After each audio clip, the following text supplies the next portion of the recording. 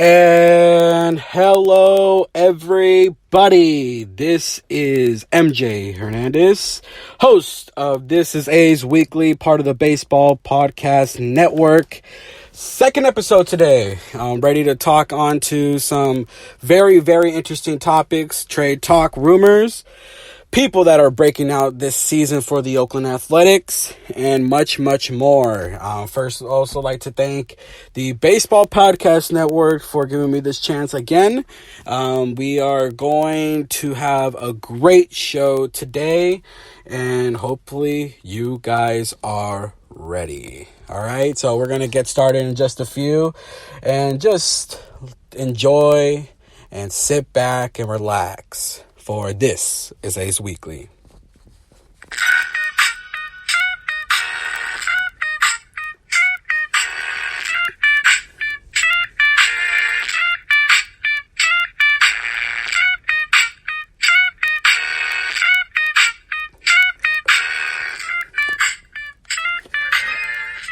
All right, so that is a little bit of Mac Dre, and that is true Bay Area music to a lot of Bay Area natives, whoever knows him in the Bay Area, who is very popular. So back to Oakland A's baseball, the Oakland Athletics. So far, as of today, of course, they are playing Seattle at the moment as I'm speaking, but they are 35-34, one game ahead of 500, and a game and a half behind the Texas Rangers, who have been really, really good as of late. The series that they just finished, I think it was Boston and Texas. I heard those were good games, from what I'm remembering. And we're also 11 behind Houston, and that is for our division only. AOS seems to be a competitive one this year. Los Angeles not too behind as today from us. So the A's have pretty good competition for the first half of MLB baseball. The next three teams that we are going to play after finishing Texas and Tampa last week, it is going to be Seattle, Baltimore, and again Tampa, but this time is going to be home. The A's went 2-1 against the Texas Rangers, and went 1-2 against the Texas Rangers, 2-1 against Tampa. The A's pretty much shook off a really, really tough loss the first time against Tampa and really found their groove the last two games. So it was really great to see that happening. But what is the problem so far with the Oakland Athletics? As we all know that they could be a good team in certain stretches. We all seen this team be great as they won 10 games in a row. It's been 3 weeks since that happened, a month to 3 weeks already.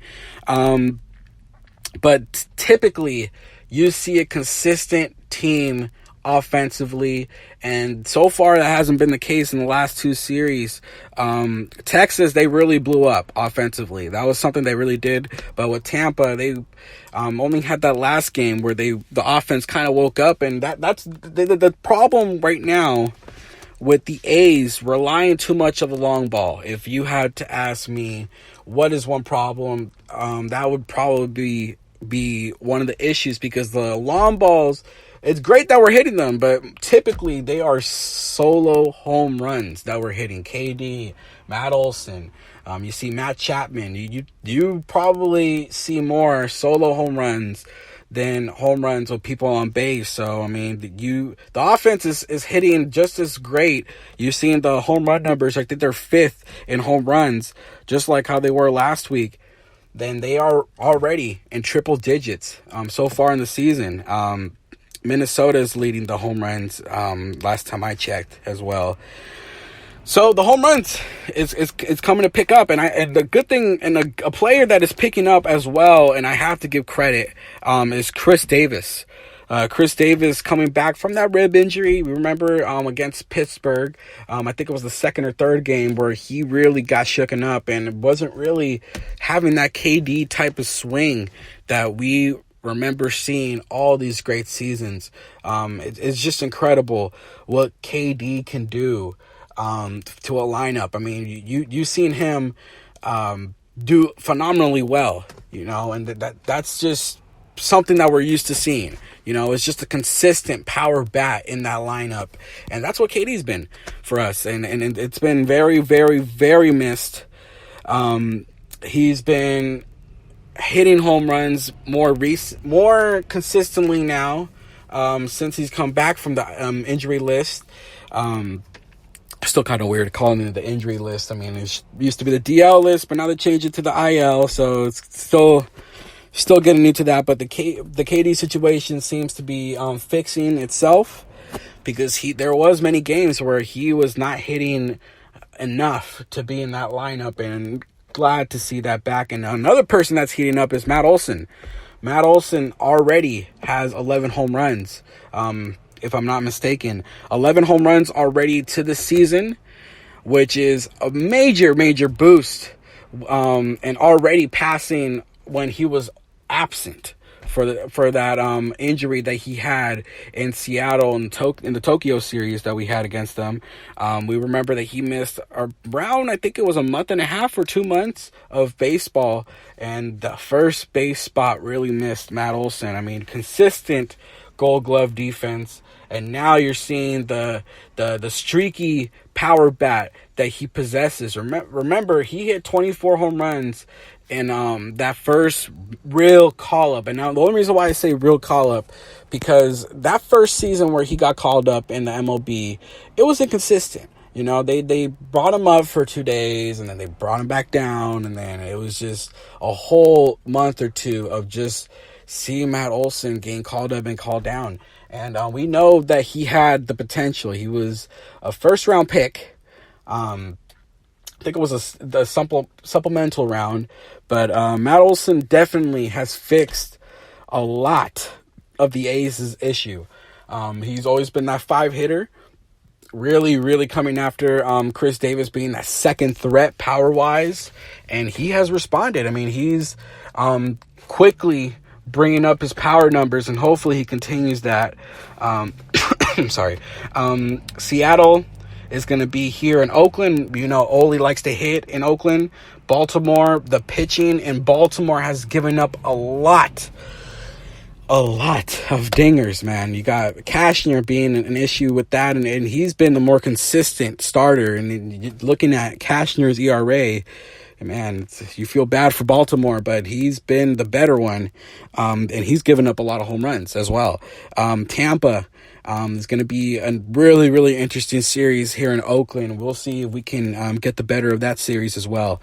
But good to see Ole and KD picking it up offensively, power-wise. And someone who I'm really worried about is Matt Chapman offensively. Really, really, really slowed down and is in a slump. You've seen him hit a 290 batting average for the first 2 months and was one of the more consistent hitters with Oakland. And now you just see him struggling offensively to get on base. There is some times where he picks it up, but hopefully he can take advantage of the struggling Seattle pitching that they have and the struggling Baltimore pitching that they have, and by the time that Tampa comes, hopefully he can pick it up, because he can be a very important guy. He is the 2-hitter, and you know how important Bo Mel takes that spot. The leadoff situation, I would love to it be Martini.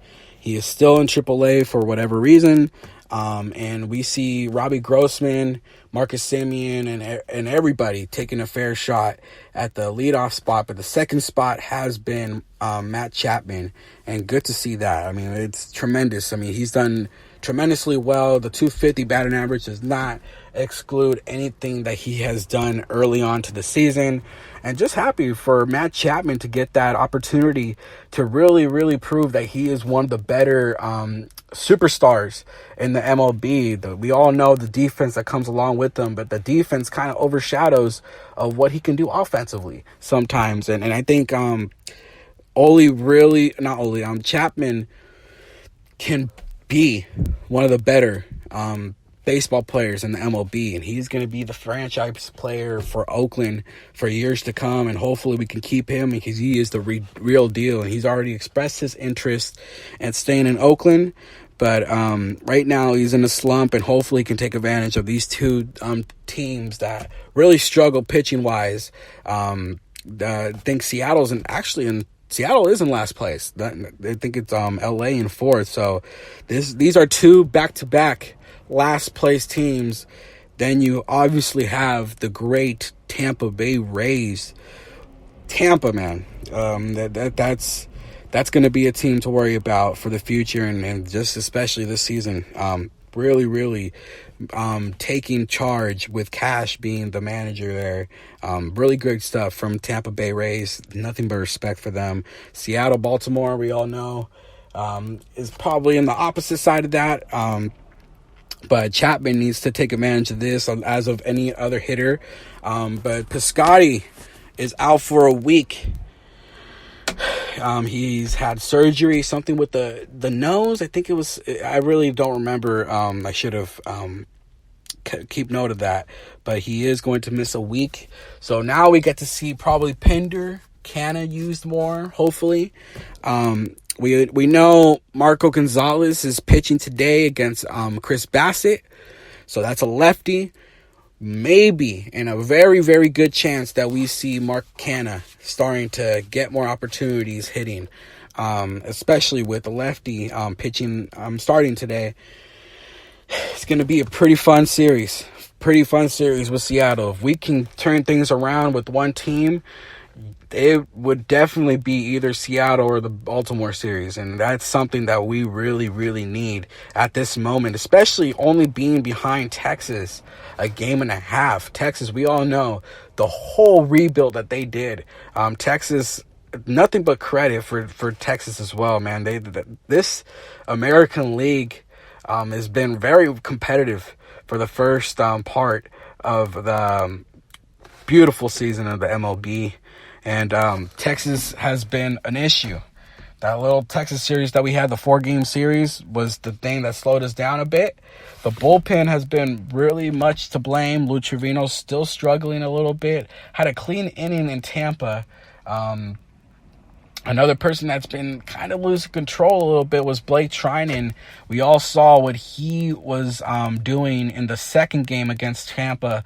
The command is just not there. I mean, I don't know if it's the hitters being more smarter and not swinging at everything, because he does have that tremendous sinker, that power sinker that's referred to as so many people that watch Blake Trinan pitch. It's really a power sinker, power slider, and a power fastball. He really knows how to locate that well, and sometimes throws a changeup here and there. But we see Blake Trinan struggling in Tampa. The first game that he was brought out, which was the second game in Tampa, and then which he gave up a run, but still got the save. But it's just not that dominant Trinan that we saw last year. The one with the sub-1 ERA that was pretty much unhittable last season. And now the third game was a lot better. He still started the first batter in a 3-0 count, and later on just picked it up. And really had a better outing this third time up. So we would love to see Blake Trinan turn things around as well. I think that the bullpen would need one reinforcement, whether it be via trade or a call-up.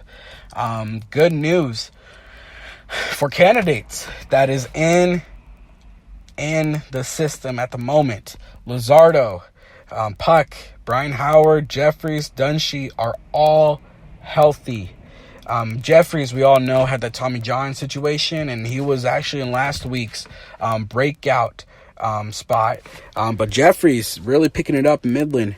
But the two guys that I first mentioned, Jesus Luzardo